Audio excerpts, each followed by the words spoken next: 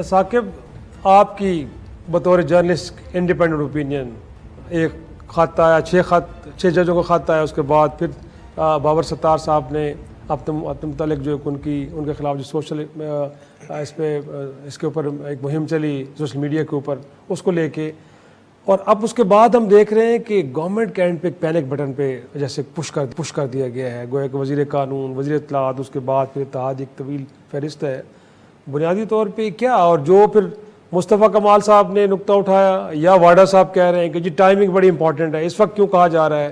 اگر بابر ستار صاحب اور باقی لوگوں پہ دباؤ تھا، 1 سال پہلے کی کہانی ہے، اس وقت کیوں نہیں بتایا گیا؟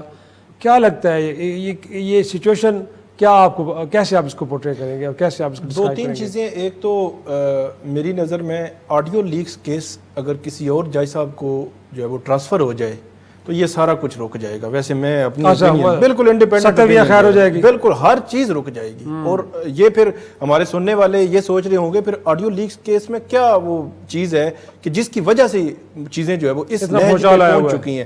مسئلہ یہ ہے کہ وہ بشرا بی بی اور سابق چیف جسٹس ثاقب نثار کے بیٹے ہیں، ان کی وہ پٹیشنز ہیں. لیکن اس وقت وہ پبلک امپورٹنس کا معاملہ بن چکا ہے. جسٹس بابر ستار نے سمپل سے کوسچنز ہیں ان کے کہ یہ کون ٹیپ کر سکتا ہے، کون لیک کرتا ہے، کون کر سکتا ہے، اگر کوئی کرتا ہے تو مس یوز کرتا ہے تو اس کا جو ہے وہ قانون ان کے بارے میں کیا کہتا ہے. اور اتھارٹی مطلب انہوں نے بڑا ان ڈیپتھ اس کو کھنگالنا شروع کیا ہے. تو جب سے کھنگالنا شروع کیا ہے تو یہ چیزیں آنا شروع ہوئی ہیں. جسٹس بابر ستار کے حوالے سے جو اعتراض آیا ہے، اعتراض ہر کوئی کرنا چاہیے اور ہم بھی کرتے ہیں، ججوں پہ کرتے ہیں.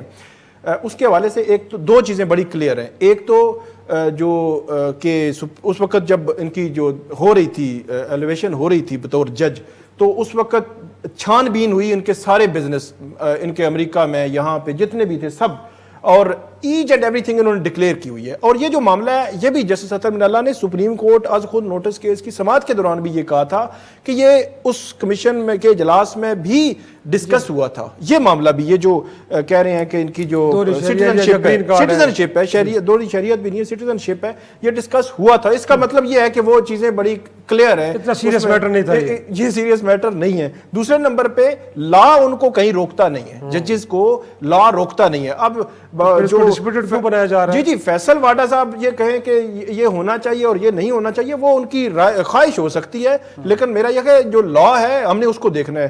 تیسرے نمبر پہ یہ ہے کہ جسٹس بابر ستار جیسے جو جج ہیں میرے خیال میں آزاد منش جج ہو، انڈیپینڈنٹ ہو، اور انڈیپینڈنٹ تب ہو سکتا ہے جب وہ کمپیٹنٹ بھی ہو اور فائنینشلی بھی اس کے ایشوز نہ ہوں. یہ بڑے 2-3 چیزیں بڑی میٹر کرتی ہیں. پھر وہ تھوڑا سا اس میں جرت بھی ہو. میرے خیال میں جسٹس بابر ستار کے پر یہ چاروں چیزیں جو ہے وہ آتی ہیں، ان کے اندر موجود ہیں، اور انہوں نے بڑے اہم ججمنٹس بھی دی ہیں اس سے قبل بھی. اور ان ایسے ججز کو جوڈیشری میں رہنا چاہیے. مجھے سمجھ نہیں آ رہی کہ گورنمنٹ کیوں یہ کر رہی ہے. اچھا تھوڑا سا اگر ماضی میں جائیں تو یہ ٹرینڈ یہی رہا ہے جس طرح آپ نے کہا کہ یہ جسٹس قاضی فائز عیسیٰ کے خلاف جب ریفرنس آیا، جب ان کے خلاف بات تھی، پھر جسٹس وقار سیٹھ نے جب فیصلہ دیا، پھر پیکا ترمیمی آرڈیننس آیا، پھر یہ پولیٹیکل انجینئرنگ کی جب ہم بات کرتے ہیں تو ایل این جی ریفرنس آ گیا، تو کبھی رانا ثناءاللہ کو اٹھا لیا گیا اور کبھی یہ شاہد خاقان عباسی کو اٹھا لیا گیا. ان کیسز کا جو عدالتی ریکارڈ پہ کیا حشر ہوا ہے وہ دیکھ کے ہمیں جو ہے وہ آتا ہے کہ یار پچھلے 4 سال کیا ہوتا رہا. وہ نہیں ہونا چاہیے تھا، لیکن ٹرینڈ وہی ہے.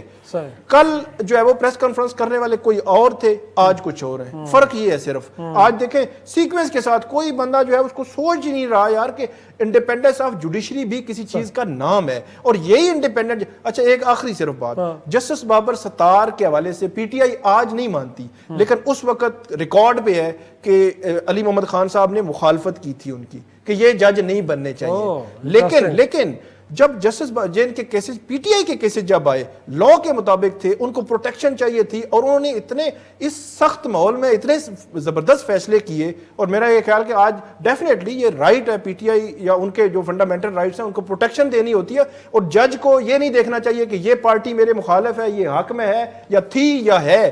ان کو اوپنلی جو لا کے مطابق بننا ہے وہ کرنا چاہیے، وہ انہوں نے کیا. تو میرا یہ خیال ہے کہ آج فیصل واڈا یا دوسرے تیسرے جن ججوں کے خلاف بول رہے ہیں، ہو سکتا ہے آج سے 3 سال بعد یہ ان کے سامنے جائیں تو وہ لا کے مطابق انہی کو ریلیف دے رہے ہیں. اس لیے انڈیپینڈنٹ ججز کو سپورٹ کرنا چاہیے.